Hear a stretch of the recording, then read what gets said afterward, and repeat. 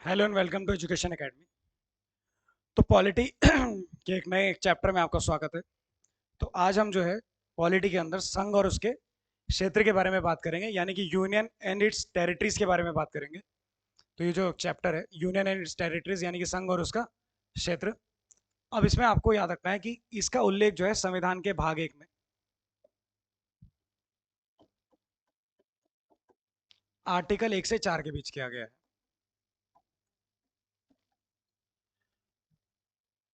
तो जैसे जैसे हम चैप्टर्स को पढ़ते जाएंगे तो भागों को भी पढ़ते जाएंगे। तो भाग क्या होते हैं, अनुसूचियां क्या होते हैं, अनुच्छेद क्या होते हैं, आप साथ साथ में ही समझते रहेंगे उनको। जैसे संघ और उसके क्षेत्र का मतलब भाग एक मतलब संविधान का जो चैप्टर 1 है वो किसके बारे में बात कर रहा है, संघ और उसके क्षेत्र में बात कर रहा है। और यही बातें बताई गई हैं आर्टिकल 1, 2, 3, 4 में। और इस कार्य के लिए संविधान में अनुसूची भी बनाई गई और वो अनुसूची है पहली अनुसूची। तो आज वर्तमान में संविधान में अनुसूची यानी शेड्यूल्स की संख्या 12 है। मूल रूप से इनकी संख्या कितनी थी, 8। लेकिन जो संघ और उसका क्षेत्र से संबंधित अगर आप शेड्यूल देखोगे तो शेड्यूल कौन सा है, शेड्यूल 1, यानी भारत और उसके क्षेत्र के बारे में बताया गया है। तो सबसे पहले हमें आर्टिकल 1 से 4 को अपने दिमाग में बैठाना होगा। तो सबसे पहले हम आर्टिकल 1 को ही देखते हैं कि आर्टिकल 1 क्या कह रहा है। अब आर्टिकल 1 कहता है कि इंडिया डेट इज भारत। आजकल आपने देखा होगा चर्चा इंडिया और भारत को लेकर ही चल रही है। इंडिया डेट इज भारत यानी इंडिया बनाम Bharat shall be union of states. ये शब्द याद रखना है आपने, कौन सा, यूनियन ऑफ द स्टेट्स। ये पूरा स्टेटमेंट आपने याद रखना है। यानी भारत क्या होगा,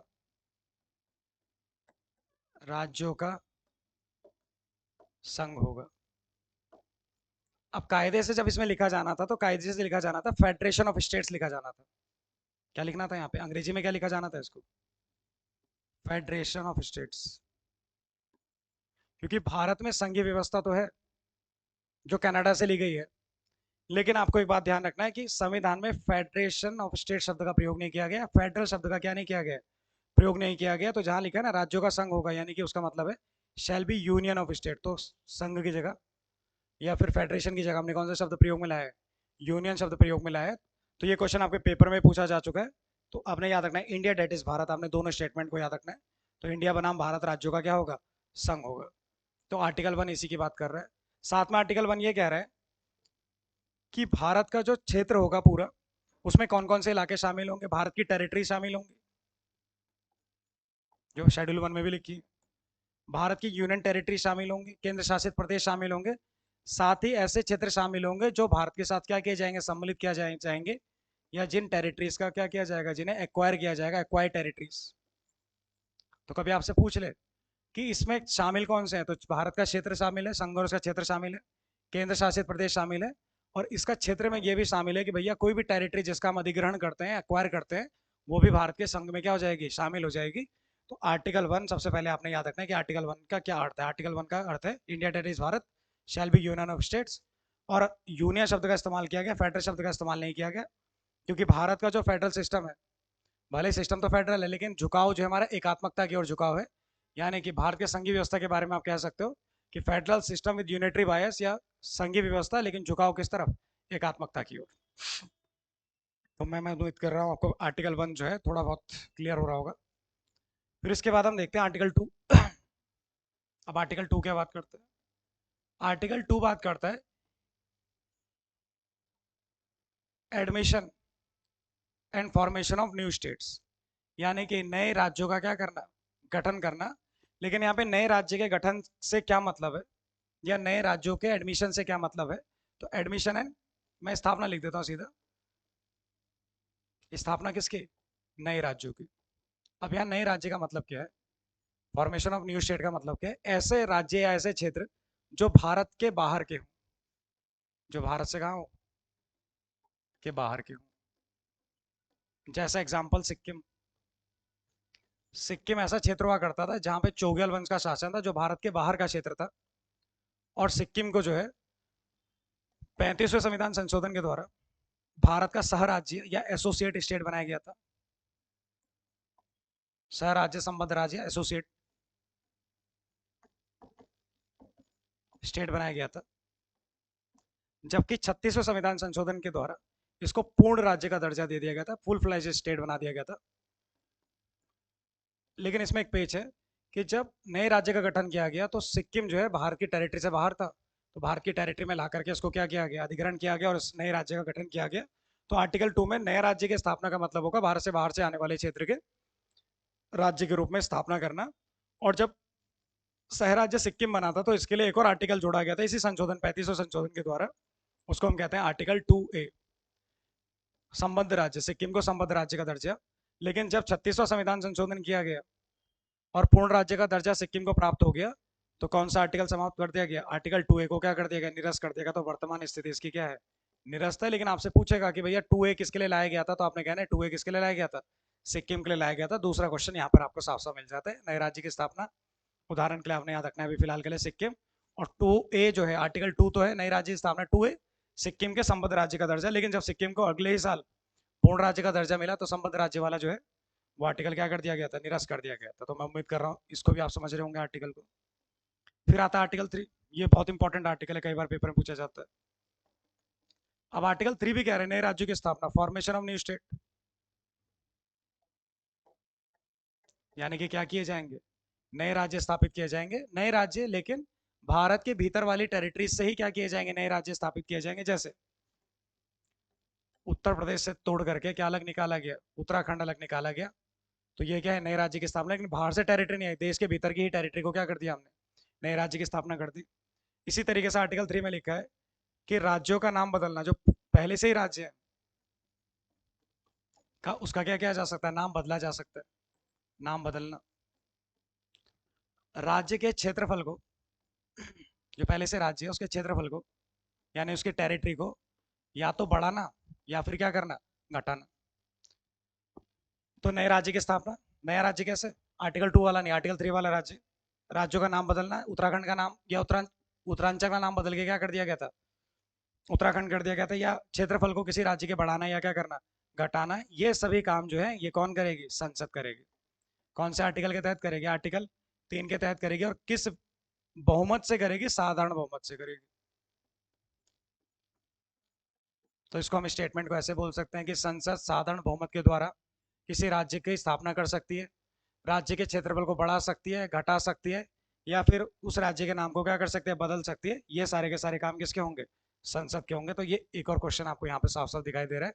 मैं अलग से इसलिए बता रहा हूँ क्वेश्चन, क्योंकि आपको जब एमसीक्यू के फॉर्मेट में आप पढ़ते हो तो आपको ज़्यादा बेहतर तरीके से चीज़ें समझ में आती है। नहीं तो थ्योरी में जो है एमसीक्यू निकालना थोड़ा सा कठिन हो जाता है।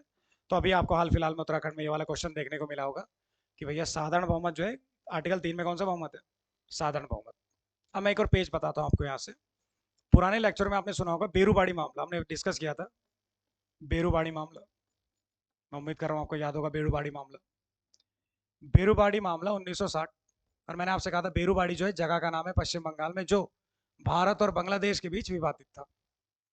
अब संसद ने क्या फैसला किया, संसद को लगा कि हम क्षेत्रफल बढ़ा सकते हैं, घटा सकते हैं।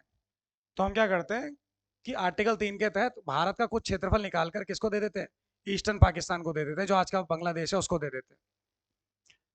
तो ये जो है बेरूबाड़ी मामला इसी क्षेत्र को लेकर के सुप्रीम कोर्ट में पहुंचा, और सुप्रीम कोर्ट ने कहा, सुप्रीम कोर्ट का डिसीजन याद रखना है आपने, कि संसद जो है आर्टिकल 3 के तहत ये कार्य नहीं कर सकते, क्योंकि ये कार्य आर्टिकल 3 के तहत साधारण बहुमत से नहीं किया जा सकता। इसके लिए किस आर्टिकल का प्रयोग करना होगा, आर्टिकल 368 का प्रयोग करना होगा, यानी कि संविधान में क्या करना होगा, संशोधन करना होगा, जिसके लिए कैसा बहुमत लगता है, विशेष बहुमत लगता है, यानी कि कैसी मेजोरिटी लगती है, स्पेशल मेजोरिटी लगती है। तो कभी आपसे कोई पूछे भारत का क्षेत्रफल निकाल करके आप किसी और देश को दोगे, अगर जैसे उत्तराखंड से कालापानी क्षेत्र को निकाल के नेपाल को दोगे, तो वो कार्य जो है आर्टिकल 3 के तहत नहीं होगा, किसके तहत होगा, आर्टिकल 368।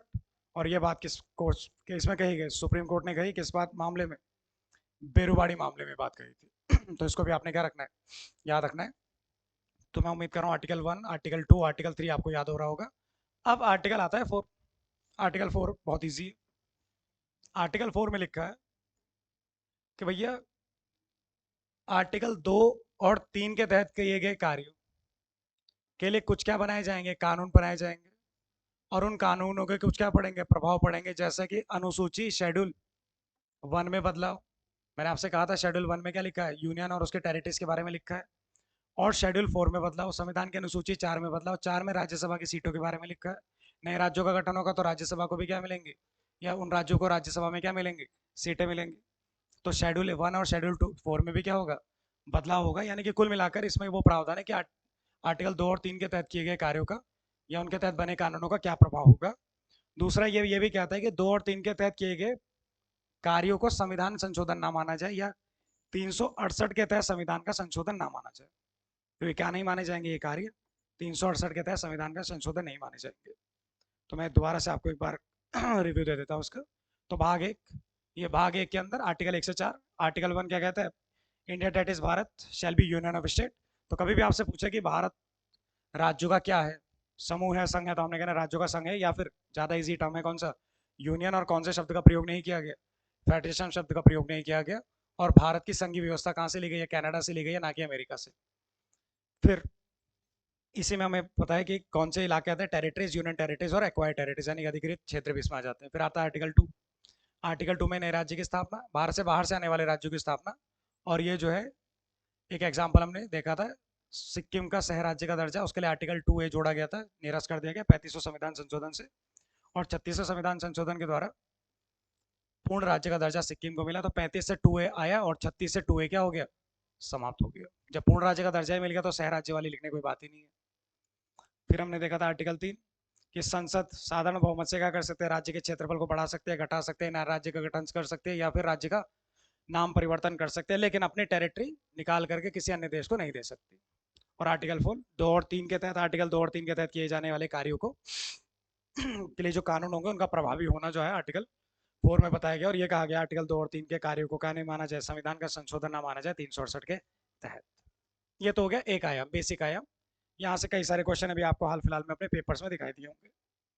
इसके बाद जो है अब बात करते हैं स्वतंत्रता के समय भारत की बात करते हैं, क्योंकि इसी चैप्टर के अंदर भारत का संघ और इसका क्षेत्र के अंदर ही राज्यों का पुनर्गठन भी आता है, कि राज्यों का पुनर्गठन और देशी रियासतों के विलय की समस्या। मैं दो समस्या यहीं पे लिख देता हूँ आपके सामने।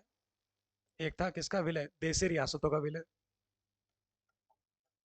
Merger of princely states. और दूसरा था आपका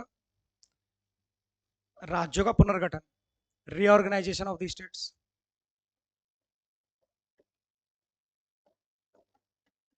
ये दो समस्याएं स्वतंत्रता के बाद भारत में ही, 1947 के बाद भारत में ही। अब इसका मतलब है क्या, पहले इसको समझें। देखो, आज़ादी के समय जो है 1947 में भारत की स्थिति ये थी कि भारत में कई सारे प्रिंसली स्टेट्स थे जहाँ पे किसका शासन था, राजाओं का शासन था। जैसे हैदराबाद एक प्रिंसली स्टेट था जहाँ पे निज़ाम का शासन था, यानी राजा का शासन था। जम्मू कश्मीर एक प्रिंसली स्टेट था। जूनागढ़ एक प्रिंसली स्टेट था।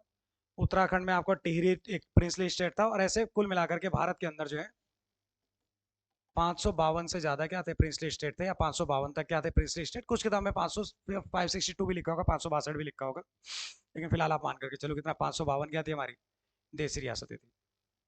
और इसी के साथ भारत में अंग्रेजों का भी शासन था। तो अंग्रेजों का शासन जिन क्षेत्रों में था तो उन्हें कहा जाता था ब्रिटिश इंडिया या ब्रिटिश प्रांत कहा जाता था। इसमें चीफ कमिश्नर के प्रांत भी आते थे और गवर्नरों के प्रांत भी आते थे। अब ये जो पीले रंग से दिखाई दे रहा है ये आपका क्या है, ब्रिटिश इंडिया है। और ये जो ब्लू कलर या स्काई ब्लू कलर से दिखाई दे रहा है ये आपका क्या है, प्रिंसली स्टेट्स। यानी कि भारत की स्थिति कुछ इस तरीके की थी। तो सबसे पहले तो भारत में ये देखना था हमें कि भैया देशी रियासतें भारत में क्या करते हैं, विलय करते हैं। तो जब स्वतंत्रता अधिनियम आया था उसमें भी ये बात कही गई कि देशी रियासतें या तो पाकिस्तान के साथ चली जाए, इसमें नक्शे में पाकिस्तान भी है, या फिर जो है किसके साथ आ जाए, भारत के साथ आ जाए। अब जब है 1947 के बाद जब बंटवारा हो गया, सब कुछ हो गया, तो देशी रियासतें धीरे धीरे विलय करने लगी। कुछ पाकिस्तान की तरफ चली गई और कुछ का विलय कहाँ हो गया, भारत में होने लगा। लेकिन भारत में 3 देशी रियासतें ऐसी थी जिन्होंने भारत में विलय से इनकार किया या ना नुकुर करना शुरू किया। तीनों ये देशी रियासतें, एक था जम्मू कश्मीर, दूसरा था जूनागढ़, और तीसरा था कौन, हैदराबाद। अभी समस्या क्या है, ये है समस्या, ये लोग समस्या है। एक समस्या ये आदमी, दूसरी समस्या ये आदमी, और तीसरी समस्या ये आदमी। तो वल्लभ भाई पटेल है तो समस्या के निवारक है, संकट मोचन। ठीक है, देखो ये है जम्मू कश्मीर का राजा हरि सिंह। हरि सिंह था डोगरा राजपूत, लेकिन इसकी जनता जो थी मुस्लिम बाहुल थी। यह है जम्मू कश्मीर का राजा, JNK। यह है महाबत खान जी, जूनागढ़ का राजा।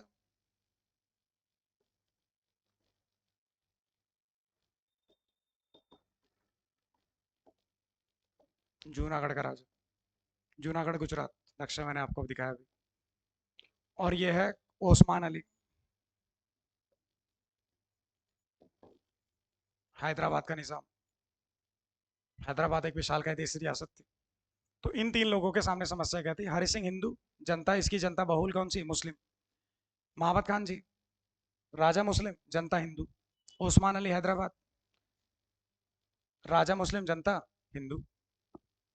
तो ये जो है एक समीकरण बन गया। तो अब नक्शे में आप दोबारा से देखो इनको। तो जम्मू कश्मीर बॉर्डर पाकिस्तान के साथ लगा, जौनागढ़ का डायरेक्ट बॉर्डर पाकिस्तान के साथ नहीं, लेकिन समुद्री इलाके से पाकिस्तान, और जूनागढ़ तो किसी भी तरीके से पाकिस्तान से के साथ संपर्क में नहीं रह सकता था। लेकिन अब हम इनके विलय की समस्या को देखते हैं कि कैसे इनका विलय करवाया गया। तो इन तीन राज्यों ने जो है भारत के साथ विलय में क्या किया? नानुकुर किया। लेकिन विलय कैसे हुआ? सबसे पहले जम्मू कश्मीर को देखते हैं। 1947 में 14 अगस्त को पाकिस्तान आज़ाद हो गया, या पाकिस्तान का बंटवारा होकर पाकिस्तान अलग मुल्क बन गया। अब पाकिस्तान ने क्या किया? खाने के लिए नहीं था उनके पास, लेकिन पाकिस्तान ने 20 अक्टूबर 1947 पे भारत पे हमला कर दिया। भारत बोलने की जगह हम जम्मू कश्मीर भी बोल सकते हैं। जम्मू कश्मीर पे क्या कर दिया? हमला कर दिया। अभी जम्मू कश्मीर की स्थिति उस समय यह थी कि जम्मू कश्मीर का विलय नहीं हुआ भारत के साथ, और पाकिस्तान की सेना ने आगे बढ़ के जम्मू कश्मीर के कुछ इलाकों पे कब्जा कर लिया। अब राजा इतना डर गया कि राजा ने मदद मांगी माउंटबेटन से, लॉर्ड माउंटबेटन से। माउंटबेटन उस समय भारत में ही थे, और माउंटबेटन ने कहा कि भैया अगर भारत की मदद चाहिए तो भारत के साथ विलय कर लो। तो 26 अक्टूबर 1947 को पाकिस्तान के हमले के डर के कारण हरि सिंह ने विलय पत्र पर हस्ताक्षर कर लिया। अब ये विलय का मतलब होता है, एक पत्र होता था, एक ट्रीटी होती थी, ट्रीटी ऑफ असेशन कहते थे उसको, साइन करना पड़ता था। तो हरि सिंह जो है डर के कारण या पाकिस्तान के हमले के कारण जो है भारत में क्या कर लिया? विलय कर लिया। तो आपसे पूछेगा कि कश्मीर का विलय भारत में किस आधार पर हुआ? तो आपने कहना विलय पत्र के आधार पर। और विलय पत्र पर कौन? हरि सिंह ने क्या किए थे? हस्ताक्षर किए थे। तो ये था जम्मू कश्मीर का विलय।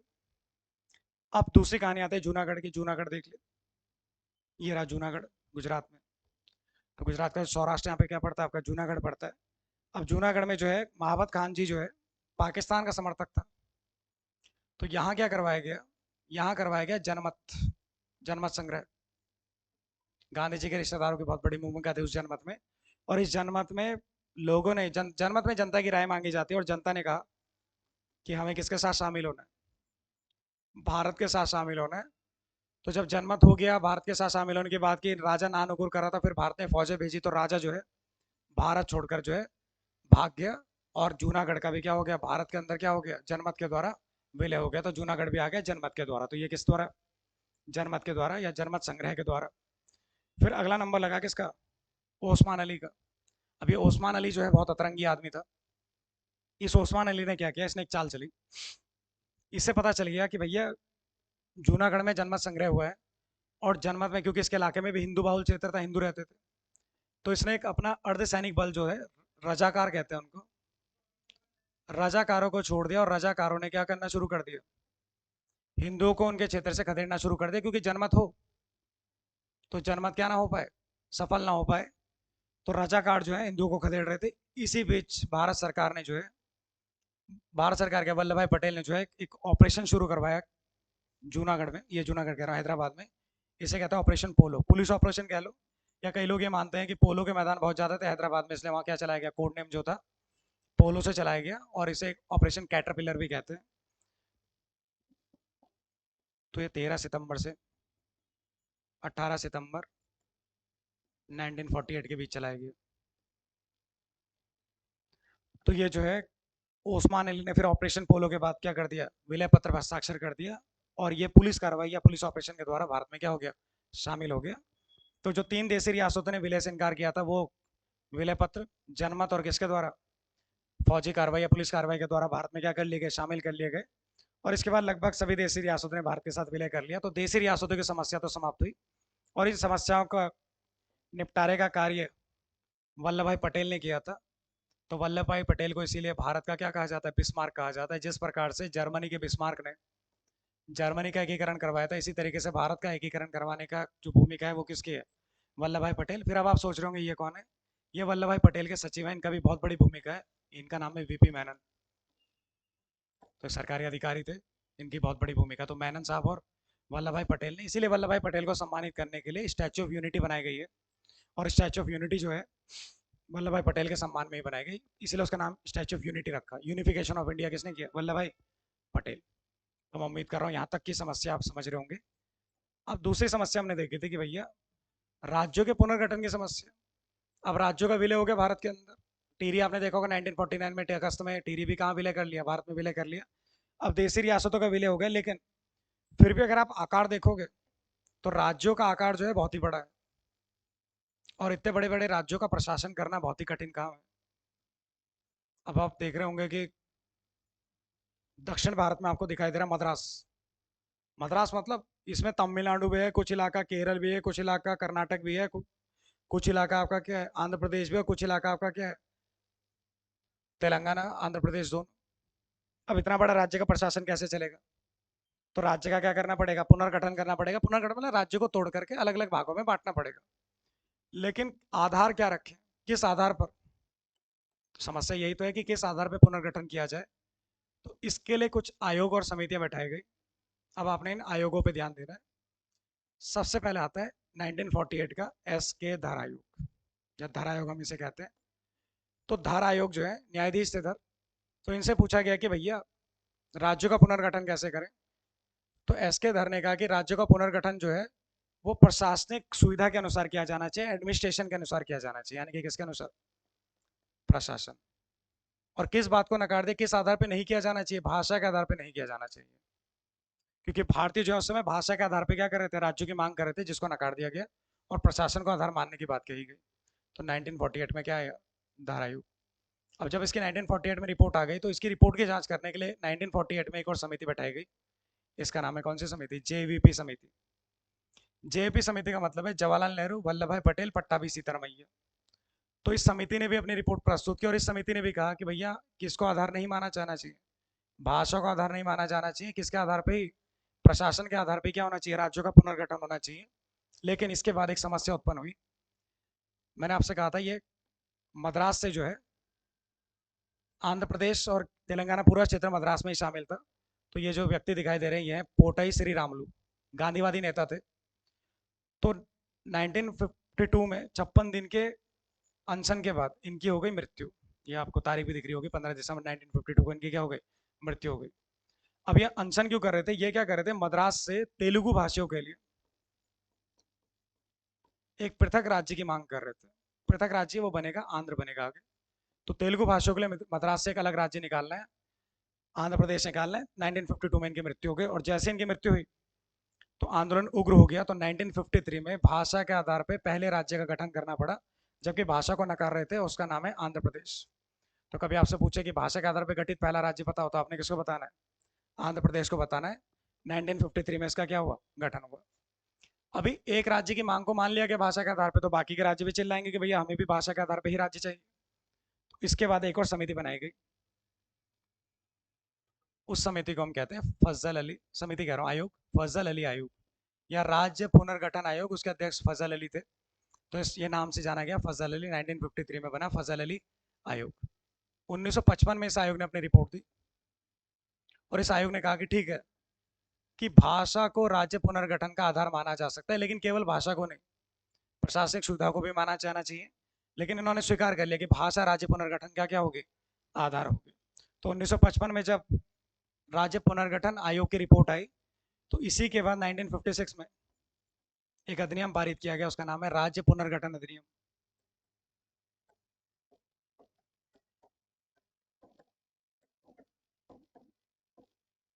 अब राज्य पुनर्गठन अधिनियम जब पारित हो गया, इसके आधार पर भारत में जो है 14 राज्य और 6 यूनियन टेरिटरी क्या कर दिए गए? स्थापित कर दिए गए। लेकिन आज तो 6 यूनियन टेरिटरी या 14 राज्य नहीं है, यानी कि उसके बाद जो राज्य बने हैं उनका क्वेश्चन इस रूप से पूछा जाता है कि 1956 के बाद गठित या पुनर्गठित राज्यों के बारे में लिखे हैं, जैसे गुजरात, नागालैंड, हरियाणा, हिमाचल प्रदेश, सिक्किम, गोवा। इन सब राज्यों के बारे में हम आगे डिस्कस करेंगे। लेकिन 56 में हमारे पास क्या थे? 14 राज्य और क्या थी? 6 यूनियन टेरिटरीज थी। इसके अलावा 1956 में एक और कार्य किया गया। 1956 में 7वां संविधान संशोधन भी किया गया। कौन सा अमेंडमेंट? 7वां। अभी 7वें संशोधन को क्यों किया गया? जब नए राज्य बनेंगे तो कुछ चीज़ों में बदलाव होगा संविधान में भी। तो नए राज्य जब बनेंगे तो इसमें कह दिया गया कि एक राज्य का हाई कोर्ट दो या से ज़्यादा राज्यों के लिए क्या कर सकता है, हाई कोर्ट का कार्य कर सकता है। इसी तरीके से एक राज्य का गवर्नर दो से ज़्यादा राज्यों के लिए गवर्नर का कार्य कर सकता है, क्योंकि नए राज्यों के लिए एकदम से हाई कोर्ट और गवर्नर लाना मुश्किल होगा। तो ये प्रावधान बना दिए गए। साथ में सबसे इंपॉर्टेंट बिंदु जो इसमें किया गया, आज संविधान के भाग 9 में पंचायती राज है, लेकिन पहले संविधान के भाग 9 में category A B C D के राज्य रखे गए थे, कैटेगराइजेशन किया गया था राज्यों का। तो कैटेगरी ए में 9 राज्य आते थे, बी में 9 राज्य आते थे, सी में 10 राज्य आते थे, डी में 1 राज्य आता था, राज्य के अंडमान निकोबार आता था। तो ये कैटेगराइजेशन भी समाप्त कर दिया गया। तो A B C D category को भी क्या कर दिया गया, समाप्त। तो अगर ये पूछेगा कि A B C D category समाप्त हो गया, तो भी आपने कहना सातवां संविधान संशोधन के द्वारा इसको कैटेगराइजेशन को समाप्त कर दिया गया। और हमने कहा कि हमारे यहाँ राज्य होंगे और क्या होंगे, यूनियन टेरिटरी होंगे। तो चलते हम फिर से। तो आज हमने समझ लिया आर्टिकल 1, आर्टिकल 2, आर्टिकल 3, आर्टिकल 4 को। फिर हमने ये समझा कि भैया राज्यों के क्या समस्याएं थी। एक समस्या थी देशी रियासतों के विलय की समस्या, विलय की समस्या हमने यहाँ समझी। तो विलय में जो है जम्मू कश्मीर का विलय विलय पत्र के द्वारा, जूनागढ़ का विलय जो है जनमत संग्रह के द्वारा, और हैदराबाद ऑपरेशन पोलो, ये आपके पेपर में पूछा था। इसके बाद वो आपको राज्य पुनर्गठन की समस्या के बारे में बताएगा। तो राज्य पुनर्गठन की समस्या के लिए एस के धर आयोग बैठाया गया, जेयूपी समिति बैठाई गई, और फजल अली आयोग बैठाया गया। और भाषा के आधार पर गठित पहला राज्य जो था वो कौन था, 1953 का आंध्र प्रदेश था। अब इसके आगे जो है 14 के बाद जो राज्य बने 15, 16, 17, उसको हम क्या करेंगे, सेकंड लेक्चर में करेंगे, ताकि एक लेक्चर ज़्यादा बड़ा ना हो जाए आप लोग के लिए, ठीक है। तो मैं उम्मीद कर रहा हूँ ये चीज़ें आप समझ पाएंगे, पार्ट 1 को आप समझ पाएंगे। अगला जो है हम पार्ट 2 में इसको देखेंगे। धन्यवाद।